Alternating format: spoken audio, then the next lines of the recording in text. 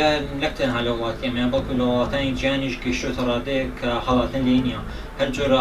هەڵدانێکش بۆ کۆنتڕۆلکردنی لایەن حکوومەتەوە یان لایەنێکی دیکە بێسوودە و خەڵکی بەناوی هۆکاری دۆزنەوە تێپەڕیەوە ئەو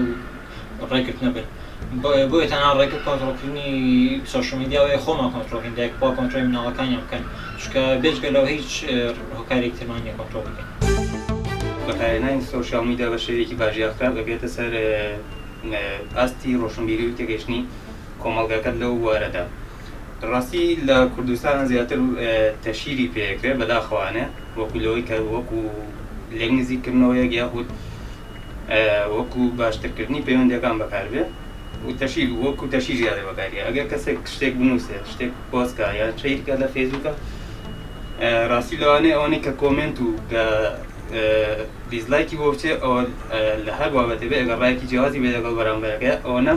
دەستخۆشی و لایکی بۆ نەچێت. چی مەسەلەن قامی فێسبوک و ئینستاگرامی بەکاربێن لازمە بە شێوەیەکی جوان بەکاربێن ئەوەندە نەبن مەسەلەن هێڕشە لە خەڵکی بکرد یان مەسەلەن قەسی ناشرین بڵێت و ئەوەندە مەسەلەن هەرچی فێسبوک یا ئینستاگرام هەرو شتێکێک عالە مەنفعەتی لێ ببینن.